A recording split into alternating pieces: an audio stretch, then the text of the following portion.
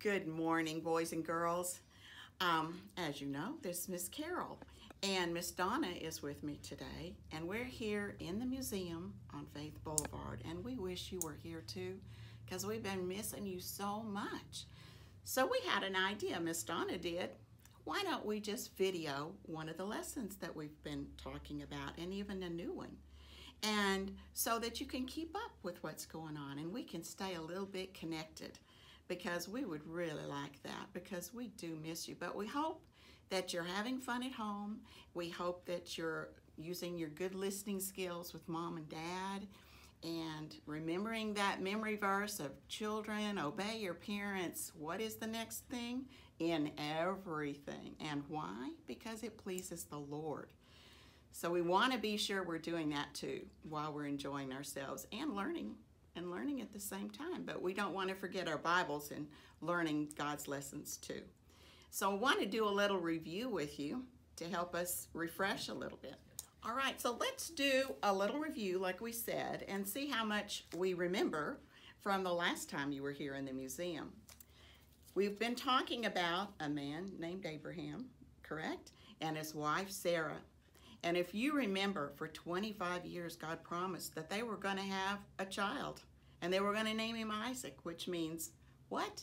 Laughter, right? And finally, when Abraham was how old? I think 100, and Sarah 90 years old, they had that child of promise. Now, when Isaac was 40 years old, and Abraham was much older, you have to do the math and figure out how old was Abraham. Abraham decides it's time for Isaac to have a wife, and by now, Sarah has died. And he wants to be sure that Isaac finds a wife from a group that believe in God. And surrounding where they live, all the people worship idols. That would not be good, would it? So he sends for his servant, his trusted servant, probably Eliezer, right? And he tells him, I want you to go back to where I used to live in Mesopotamia, to the town of Haran where my brother lives, and I want you to find a wife there. And you remember, Eliezer did exactly what Abraham told him. And he prayed that prayer when he got to the springs in the town, and he said, God of Abraham, please hear my prayer. And he gave God some things he wanted him to do, so he would know that which wife would be the one for Isaac. And he said, let the woman that you have chosen come and let me ask her for some water, and let her give me a drink, and offer to water my 10 camels as well. And that's what happened. Do you remember the girl's name? Rebecca. Rebecca. Now that was a long, long journey, maybe 500, 800 miles. It took a long time. If Rebecca was going to go and leave her brother Laban and all the rest of her family, she was going to have to say goodbye forever. But she said, I will go, I will go. And when she saw Isaac, she grabbed her veil, put it over her face, and they were married, and they learned to love one another. And now our story begins today to find out that they had been married for 20 years, which means Isaac is 40 years old now. He's 60 years old when he met, 40 when he married, 60 years old now. Still no children. Now, how is God's promise going to happen if Isaac and Rebecca never have any children? Because the land they live in is going to be promised to Isaac and all of his children, grandchildren. So they pray to God and ask if God would give them a child. Now, God didn't give them just one child. God answered their prayer by giving them two. He gave them twins. The first one that was born was named Esau. And when he came out, he was red, and he was already hairy all over. And holding on to his foot, to his heel, was his brother, and they named him Jacob. Esau means hairy, and it also means red. And And so Jacob means heel, but it can also have another little meaning, which means deceiver. Wonder what a deceiver. A deceiver is someone that kind of doesn't tell the truth, maybe, tries to trick you, maybe even lie. Well, those two boys grew up, but they couldn't have been more different, because one of them loved to go hunting, and that was Esau. He loved to go out and hunt and be outdoors and cook whatever he hunted. And Isaac loved to eat whatever Esau had hunted and cooked. So, not nice, but Isaac really loved Esau the best. Now, Jacob really didn't like to do any of that. Jacob likes to just stay around the tent, and he liked to cook and just hang around at home. And so his mom, Rebecca, liked him best. Now, God doesn't want us to pick favorites with our children. He wants us to love all our children just exactly the same. Because do we know what happens if one of our brothers or sisters gets something that we don't get, or gets more attention maybe sometimes than we get? How do we feel inside? Do we kind of feel a little jealous? And so imagine if one parent liked one child better and another one liked another. That's not good, is it? And so it means they didn't get along well because of that. Now, one day, Esau had been out hunting, and he had been gone a long time, probably, and Jacob had been cooking, and he had been cooking some lentil soup, and it was probably kind of red in color with spices. When Esau came home, he was so hungry, and he said, "Oh, brother, please give me some of your soup, or I just may die from being too hungry." Have you ever been that hungry? Today we kind of say you're hangry, don't we? He was so hangry he couldn't take it anymore. And Jacob, remember what his name means? The deceiver, the tricker. He said, "Well, sure, brother, you could have some of my stew, but in return, I want the inheritance that you would normally get being the older brother." That's called a birthright. And the oldest would get, when the father died, they would get twice as much as the rest of the family. And they would get to become the leader of the family. So Esau should have said, "Well, no way, not for a bowl of soup. Are you kidding me?" But that's not what he said. He said, "Whatever it takes, fine, you can have it. Just let me have something to eat or I'm going to die." Was that a good decision? I don't think so. We don't need to let our stomachs rule over our head, do we? That's not a good idea. And so he made a promise. So Jacob gives him some bread and a bowl of stew.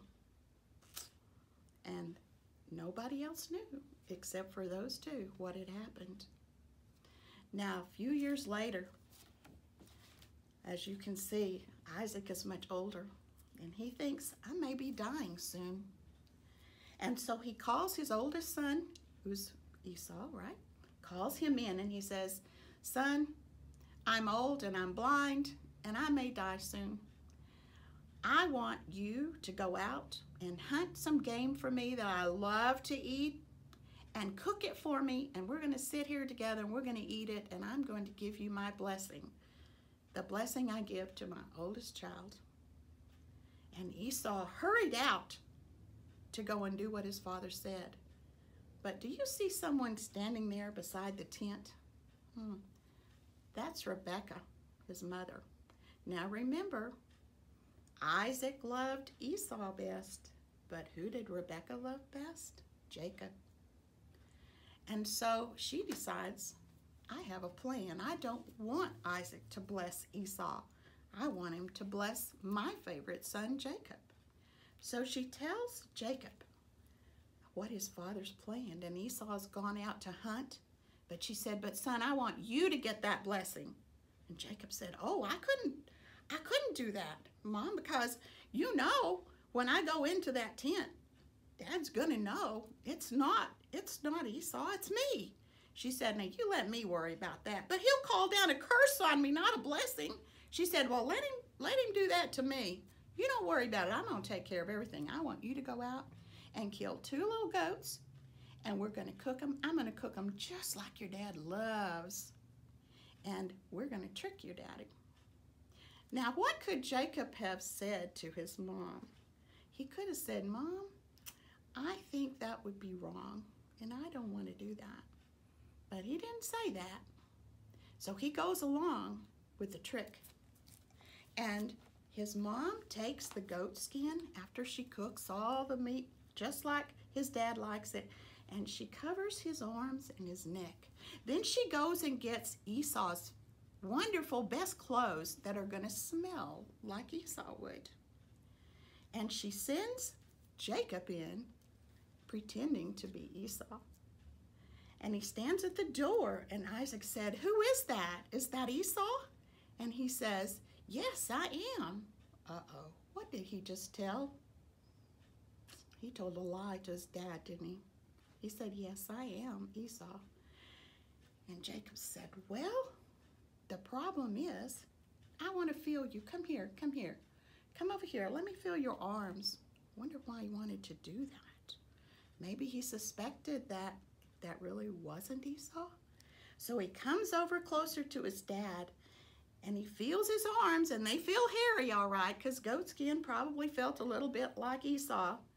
And then he felt around his neck, and he smelled his clothes, and he said, well, the voice is the voice of Jacob, but the skin is the skin of Esau. Are you sure you're my son Esau? I am. Oh boy, 2 times. 2 times he told a lie, didn't he? And so Isaac eats the meal that Rebekah had cooked, and he tells his son, I'm going to bless you now as my oldest child. And Esau, and he gives him this wonderful, wonderful blessing of how his life is going to be. And then he leaves. And the thing is, he had no sooner gotten out of the tent until guess who had come back with his meal all cooked for his dad. And he comes in and he says, Dad, here I am. I've got the meal all cooked for you. Isaac said, who are you? And he's like, well, Dad, this is Esau. You told me to go out and hunt, and I did. And I've cooked it for you, and I'm ready for you to eat it, and we can have my blessing. Isaac said, oh, dear, dear, dear, your brother has tricked me. Your brother came in, and I thought he was you, and I gave him your blessing. And Esau said, no, no, Father, bless me too, please bless me too. And he said, I can't do that. Once my blessing has been given, I can't take it away. Oh, Father, please, he said, I can't, I'm sorry. How do you think Esau felt after that? Well, I can tell you, Esau didn't have good thoughts in his head. Esau thought, I am going to wait till my dad dies, and then I'm going to kill my brother for what he did. Oh my goodness, things are getting really bad now, aren't they? And Rebekah heard Esau say that. So she goes to Isaac and she says, you know, dear, Esau has already married a woman that worships idols. We don't want Jacob to do that too. Let's send Jacob back up to Mesopotamia, where I came from, back to Haran, back to my family, back to my brother Laban, and let him find a wife there for himself, one that will worship God. Now, Isaac thought that does sound like a really good idea. I'm not sure how concerned Rebekah really was about whose wife he took. I think she was more concerned about whether Esau was going to kill Jacob. So she's trying to get him away to safety, because remember how far it was? It was a long, long journey up there. Here is Haran in Mesopotamia, and it was a long journey. she's thinking, I'm going to get him as far away from Esau as I possibly can. And so that's what happened. He leaves, he tells his mother goodbye, and he starts the long journey. Now, do you remember that in the camper room you talked about families and how families are different, a little bit different now than they used to be, because moms and dads and grandparents and aunts and uncles and cousins sometimes all live together. And now Jacob is leaving his family behind, isn't he? And he's going to make that journey away from his family. But, you know, when we do things not like God wants them, but like we want them sometimes, and we do things God doesn't like us to do, tell lies, sometimes we have to pay the consequences. That means, you know, we have to suffer sometimes for what the bad choices that we make. And so now Jacob's going to have to leave his family behind. Next time, we're going to learn what happens as Jacob is on his way to Haran. And it's very, very interesting. And oh my goodness, what happens when he gets to Haran?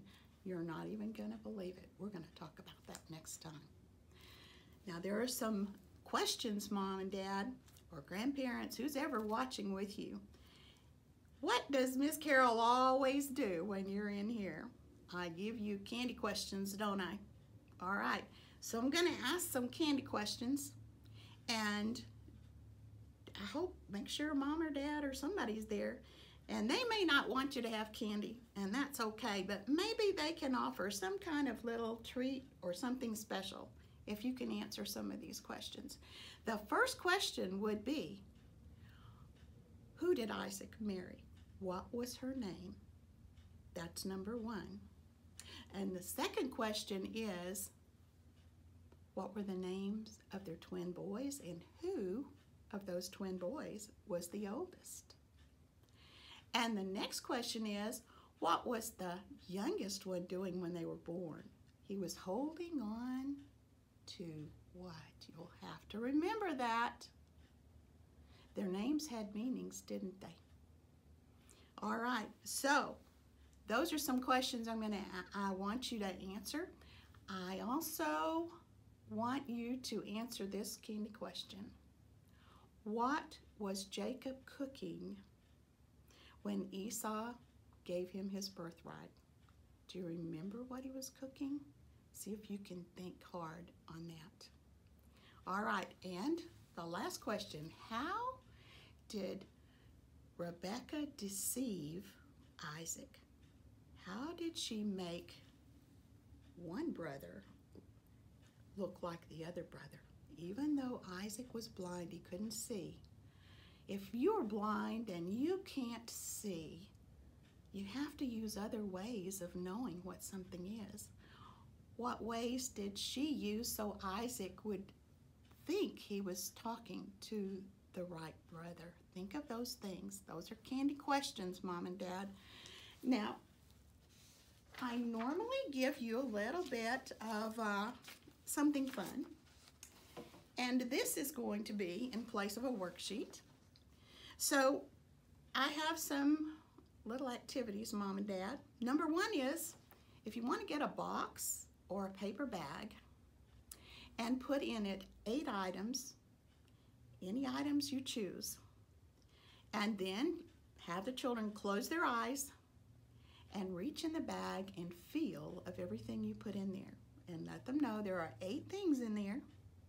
And then if they can write down what they think those 8 things are. If you don't know how to write yet, that's fine. Just tell them. Tell Mom, Dad, or Grandma, whoever, what you think those items are. And let's see how many you can get right just by feeling, because sometimes if we can't see, we have to just feel, don't we? All right, that's one activity. The second one is, you might blindfold one another and then have feel of each member's in your family, their hand, and try to guess whose hand are they feeling. Because they can't see you and you don't want to say anything, they're just going to go by feel. And the third thing is, if Mom or Grandma might be interested in cooking a pot of lentil soup for you to try. Now it's beans, and it may not be something you like, but when you're eating it, you can kind of remember all about the story and kind of know what it was that Esau traded his birthright for. See if you think it would be worth it. All right? The last thing is our memory verse. And it might be a little hard for some of you younger ones, but we're going to go over it just a little bit. And it says, "For I know the plans I have for you, declares the Lord. Plans for welfare and not for calamity, to give you a future and a hope." And Jeremiah was writing down what God told him in Jeremiah 29, verse 11. There's some big words in there. Welfare. That's a hard one. That just means to keep you well physically and to keep you well in your mind too. He's concerned about you and he wants the very best for you. Calamity is when things go really bad. Like you might think we're in the middle of a calamity right now in our country, huh? But who's always in control? We got to remember that. Who's in charge? Who's in control? And that would be God, right? And that's what he says. "For I know the plans I have for you, declares the Lord. Plans for welfare," in other words, for the very best. I want the very best for you. That's what I'm concerned about. "And not for calamity." I don't want bad things to happen. "And I want to give you a future, and I want to give you a hope." And what is our hope? Our hope is heaven, isn't it? All right, so try to learn that. Mom and Dad, that's another candy question right there, or a candy thing. We give it if they can say their memory verse, all right? So I want you all to do your best this week.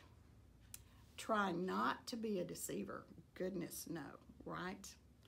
Try not to think only for now and be too hangry that you make a bad decision, right?